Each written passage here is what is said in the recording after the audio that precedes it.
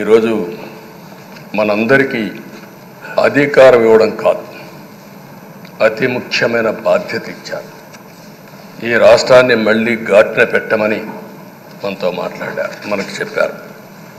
ఎప్పుడు కూడా నేను ఒకటే భావిస్తాను, ప్రజా జీవితాలను మార్చే శక్తి ప్రభుత్వ విధానాలకు ఉంటుంది. ఆ ప్రభుత్వ విధానాలకు రూపకల్పన చేసే సభ ఈ చట్టసభ. ఈ విషయం ప్రతి ఒక్కరూ గుర్తుపెట్టుకోవాల్సిన అవసరం ఉంది. ఈరోజు మనం చేసే పని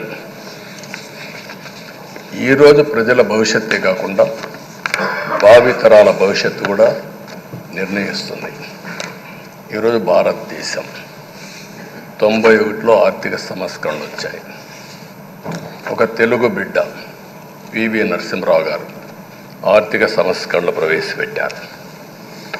ఈరోజు భారతదేశం ముందు చాలా వరకు అభివృద్ధి అయ్యే పరిస్థితి వచ్చింది. ఆయన ప్రవేశపెట్టిన ఆర్థిక సంస్కరణలు నేను ఆదర్శంగా తీసుకొని ఆ రోజు ఉమ్మడి ఆంధ్రప్రదేశ్లో అనేక పాలసీలు తీసుకొచ్చాం, సంస్కరణలు తీసుకొచ్చాం. ఐటీ, విద్య, పాలనా రంగం, ఇన్ఫ్రాస్ట్రక్చర్ ఇవన్నీ మనం తీసుకొచ్చాం.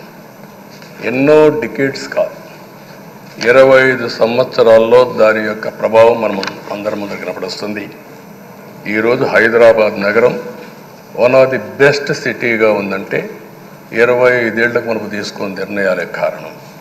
ఈరోజు నేను అందరినీ ఒకటే కోరుతున్నా, మీ అందరినీ, ఈరోజు భారతదేశం 5వ అతిపెద్ద ఆర్థిక వ్యవస్థ.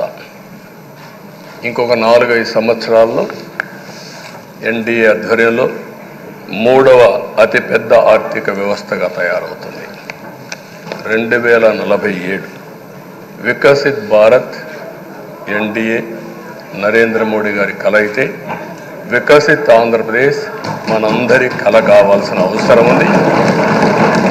నాకు ఏమాత్రం అనుమానం లేదు, భారతదేశం ప్రపంచంలో అగ్రస్థానానికి వెళ్తాం. నెంబర్ 1 కానీ నెంబర్ 2 కానీ ఉంటాం. అదే సమయంలో మనందరి ఆశయం, మనం చేసే చట్టాలన్నీ కూడా తెలుగువారు ప్రపంచంలోని నెంబర్ 1గా ఉండాలని, ఆంధ్రప్రదేశ్ని జీరో పావర్టీ స్టేట్గా తయారు చేసి ఆర్థిక అసమానతలు తగ్గించే విధానానికి ఈ సభ శ్రీకారం చుట్టాలని కోరుకుంటూ, దానికి అయ్యన్న పాత్రుడు గారి అధ్యక్షతన మనం ముందుకు పోవాలని చెప్పి మనస్ఫూర్తిగా కోరుకుంటున్నాను.